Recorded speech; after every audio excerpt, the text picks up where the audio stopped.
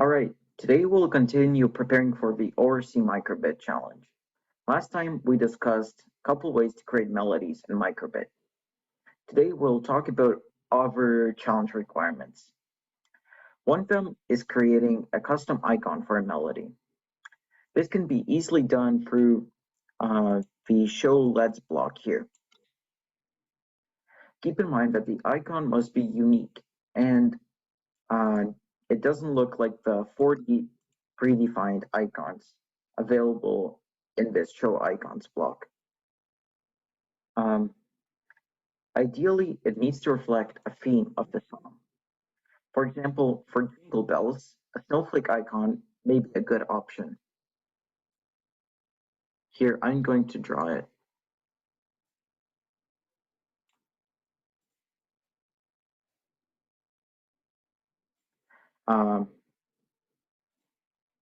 And this is what it looks like on the Microbit LED display. Just keep in mind that you're also not allowed to use the show string option to show letters. So for example, we can't use the show string option to show a J like this, but we can use the show LEDs option and draw our own icon. So for example, a J for Jingle Bells, like so.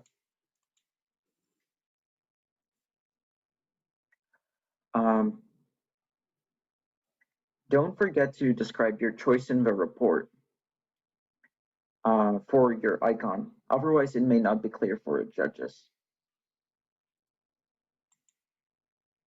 So here in the requirements, it explicitly states that the icons have to be programmed by you.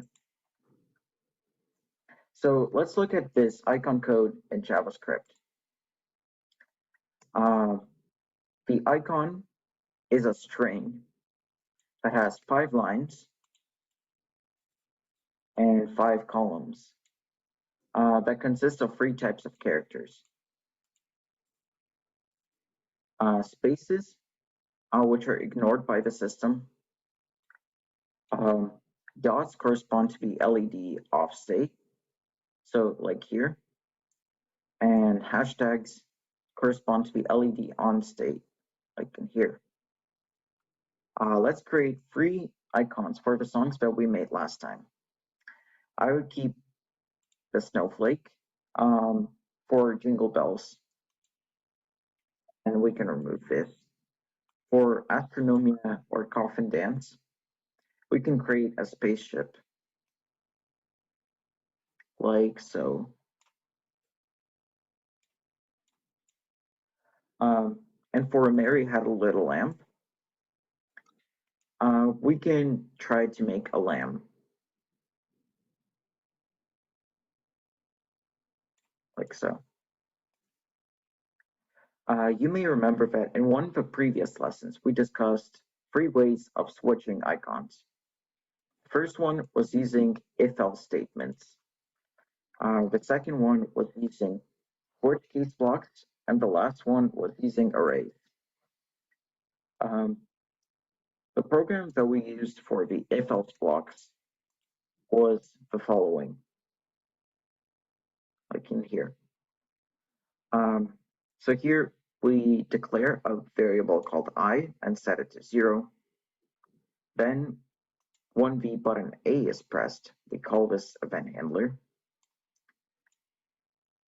And here we increment I by 1. Then based on the value of I, we show the corresponding icon. And then if I is not equal to any of these values, we go into this else and we clear the screen and reset I back to 0. So this is what it looks like. And once the screen is reset, when I is equal to 0, the cycle pretty much repeats.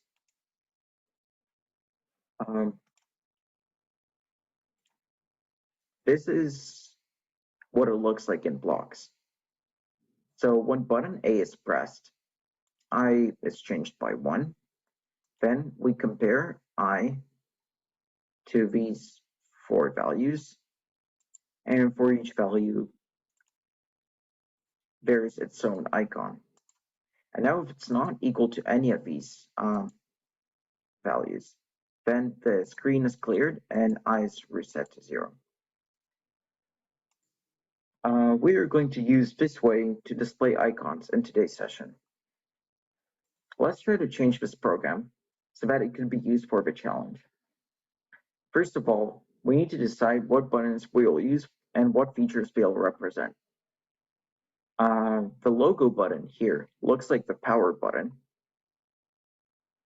which usually looks like a circle with a dash inside. Let's use the logo button for this purpose. We can also use it as a stop button. For example, if we press it once, the player stops playing, and if we press it one more time, it will turn the power off. So this comes to 3 features: power on, power off, and stop. Buttons A and B can be used to switch and play songs. For example, we can implement the following scenario, which is similar to how a real music player works. This B button will be the forward button, and this A button will be the reverse button. So when button B is pressed, it starts playing a song.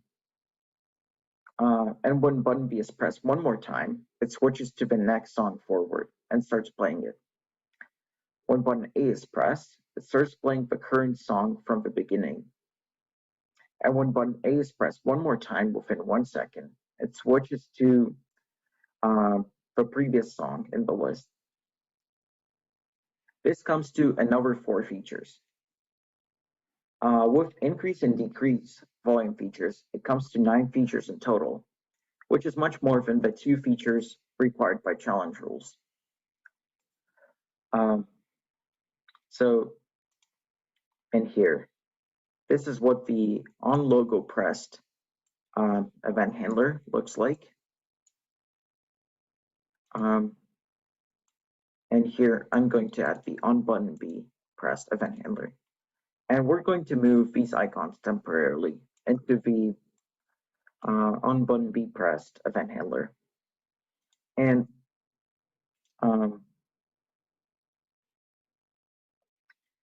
now we're going to go into JavaScript.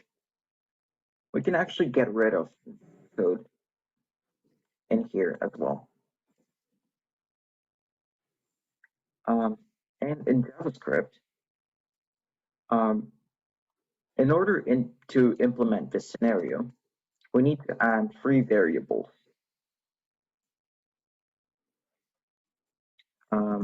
These 3: power, play, and song index.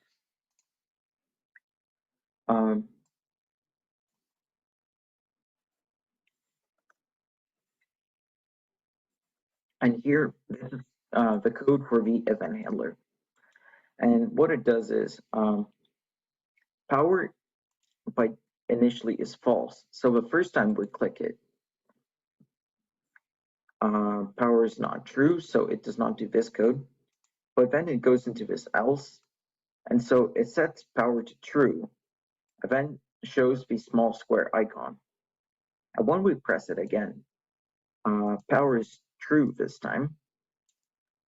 So here it goes inside of this block of code, and play is set to play is false by default.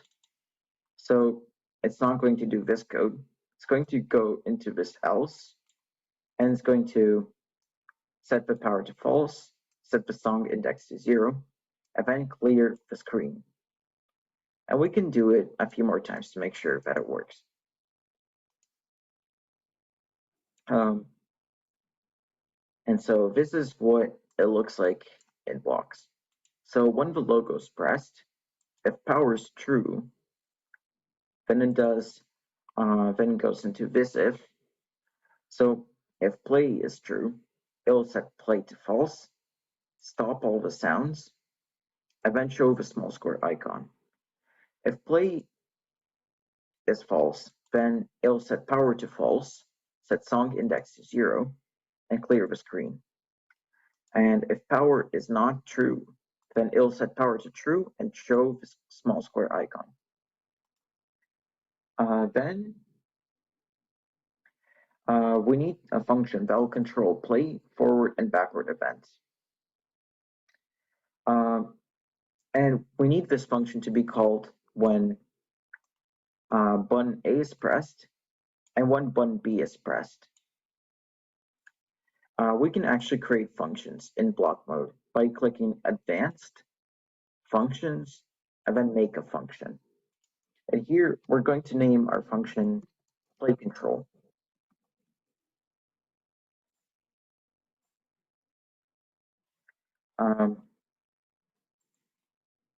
If we go into JavaScript, this is what our function looks like.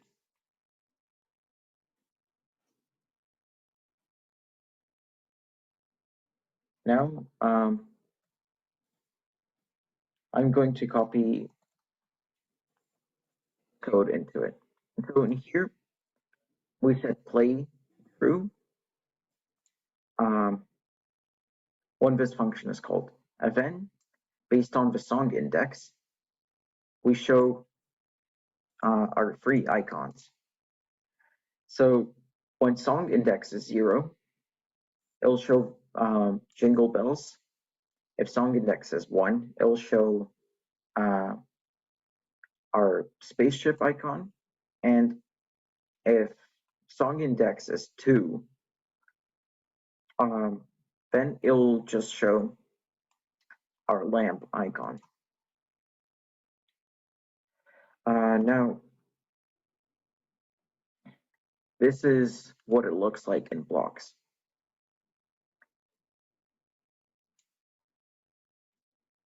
Hold on. So we set play to true.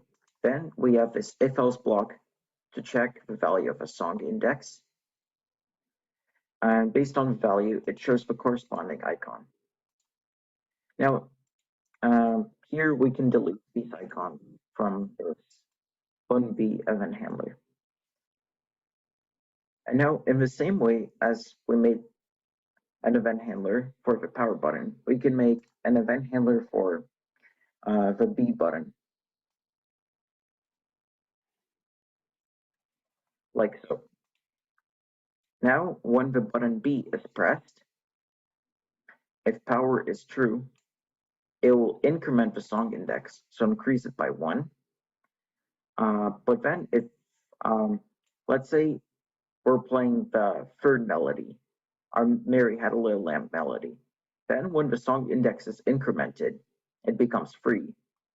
But we don't have a melody or an icon for free, for song index free. And so this if will work, and it will set the song index to 0. So if we click the B button on the last song, it will go back to the very first song. And then at the end, the play control function is called.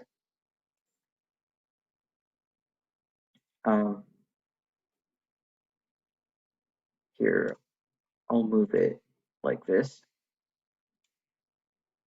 Actually, I'll move this all the way over here.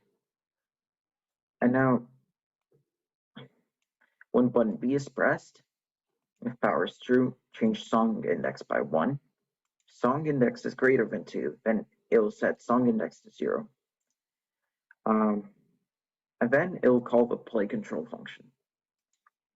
Here, I'll demonstrate how it works. So right now, if we press the B button, nothing will happen because the player is not powered on. But when we click the power button, when we click the button B, we will get the spaceship icon, and then the lamb icon, then the snowflake icon. And here I'll reset it. And the reason it's when we first press the button B after starting it. The reason why it shows the spaceship instead of the the snowflake, is because initially song index is set to 0 and here. And then in our event handler, we incremented by 1. So when button B is pressed, song index is incremented by 1. It becomes 1. And then when we call the play control function, this case works and it shows the spaceship. And this is an issue that we will fix later on. Now we can use the same idea to create an event handler for button A.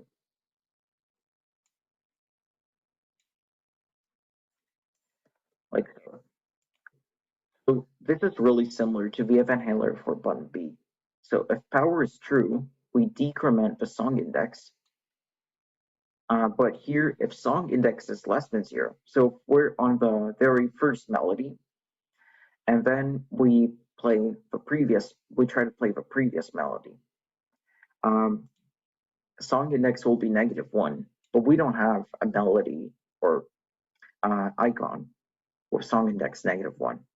So this if will work, and then it'll set song index to 2. And song index 2 is our last melody. Then it calls the play control function. So this is what it works like. At first, button A and B don't work, but when we press the power button, we can press the A button to go in reverse and the B button to go forward.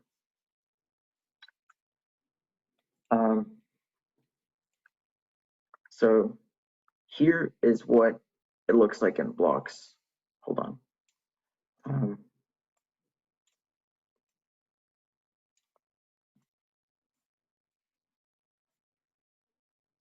Here. When button A is pressed, it checks if power is true, and if power is true, it changes song index by -1. And if song index is less than 0, it sets song index to 2, and it calls the play control function. It's really similar to the B event handler, except in here, we change song index by 1, not -1. Here, our ifs are different. So in here, if song index is less than 0, set song index to 2. Here, if song index is greater than 2, it sets song index to 0. Now, let's add songs to the code. But before we do that, I'm going to set the volume to maximum because last time we had complaints that the volume was really quiet for the melody.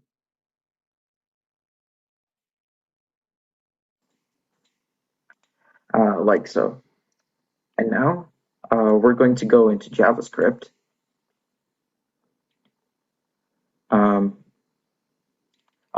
In our play control function. And we're going to add the melodies. So for our snowflake icon, we're going to add the Jingle Bells melody.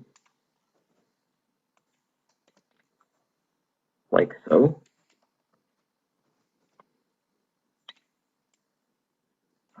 For our spaceship icon, we're going to add the Astronomia melody or the Coffin Dance melody.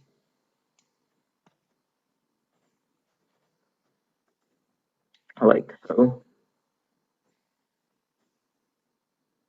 And for our Mary Had a Little Lamb, for our lamb icon, we're going to add our Mary Had a Little Lamb melody. Like so.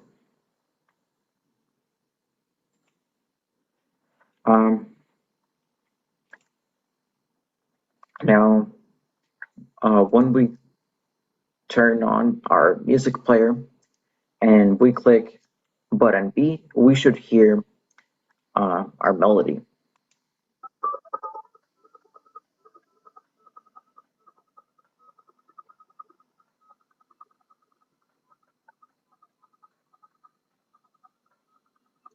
However, if we click button B more than once, it will not switch melodies. Here, I'll restart it. It does not switch melodies. However, if we press button A, it'll go back to the previous melody. But then if we press button A again, it will not play the previous melody. And the button B doesn't work as well. So now we're stuck. Um, and also, the only way to switch melodies now is by pressing the stop button and then clicking button B or button A, like so. So we stop and then click B.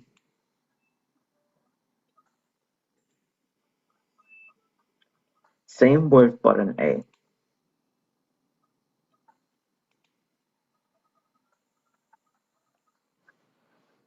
And the reason for that is in this play control function, when we play a melody, the function waits for the melody to complete before proceeding. So when we start playing a melody, using this play control function, our event handler here is waiting for the play control function to complete before exiting. And so when we press button B or button A multiple times, then since this event handler is already working, and we press it again, the second event gets added to a queue so that once this event handler is complete, it will, the next event in the queue will take over and play the next melody. And so the reason it's not switching melodies is because it's waiting for the current melody to complete. The reason we're able to press button A when the Astronomia melody was playing after we pressed button B is because these are two separate event handlers, and so they have their own separate queues. And now the reason why stopping the melody and then pressing the button works to switch melodies is because here when we press the power button, so power is true, play is true, and in here we set play to false, and then we stop all sounds, and this makes all the melodies exit. However, the next melodies in the queue start playing once we click it, and I can demonstrate it. Here, I'll press button B multiple times, and then I'll press the power button, and we'll see what happens.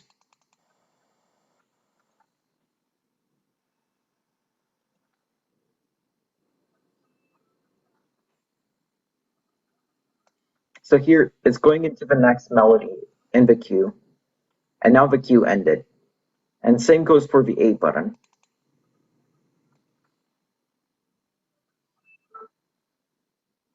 Like so. And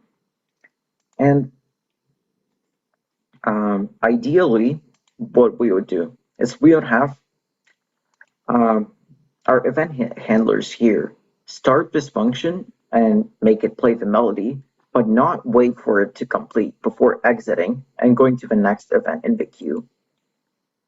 And the way we do this is by going in advanced, control, and then run code in background block. Now, we do this. What this function does is when we execute it, it will run this function, but then we continue doing what this event handler was doing. So in our case, we start this play control function, make it run in the background in a separate thread, and then we just exit this event handler and go to the next event handler in the queue while this melody is still playing. And this allows us to switch melodies without waiting for a melody to complete. I'll demonstrate how it works.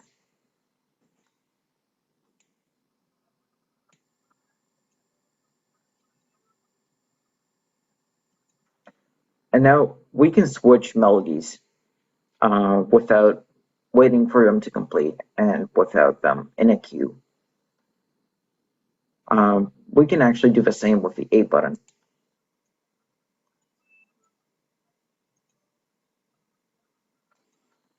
Like so. And this is what it looks like in blocks. Give me a second here.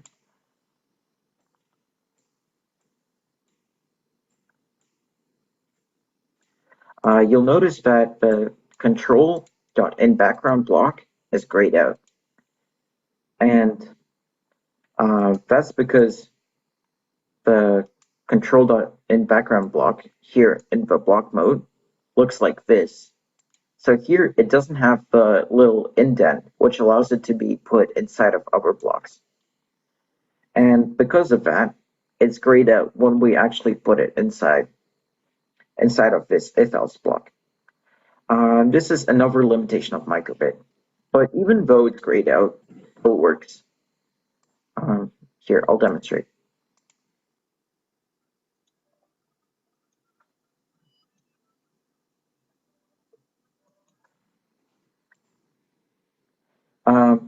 Right now, the program looks good, but it doesn't exactly work in the way as we planned originally. It also doesn't meet some of the challenge requirements. Next time, we'll continue working on this player, add the missing features, and add volume control. Are there any questions so far?